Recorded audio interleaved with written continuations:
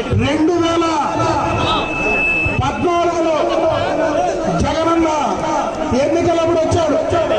ఆ రోజు నేను తండ్రి లేని బిడ్డను, మా తండ్రి చనిపోయాడు, నేను దిక్కు లేని బిడ్డను, నాకు ఓటేయమని అడిగావు. 2019 ఎన్నికలకు వచ్చావు. ఆ రోజు వైజాగ్ లో కోడి కట్టి డ్రామా ఆడావు. ఆడావా లేదా జగనన్న?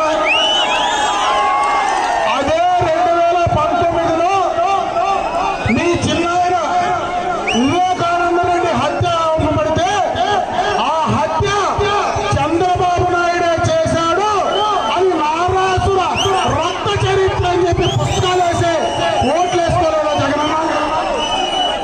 ఇప్పుడు మళ్ళీ కొత్త డ్రామా ఎత్తుకొని ప్రజల్లోకి వస్తున్నావు. ఈ రోజు మళ్ళీ గులకరాయి డ్రామా ఆడుతా ఉన్నాడు. గులకరాయి డ్రామా ఆడుతా ఉన్నాడు.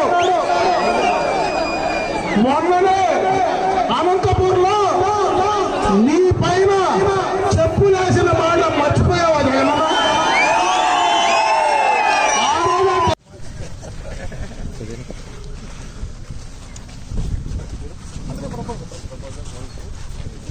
భుజం ఇచ్చి తీసి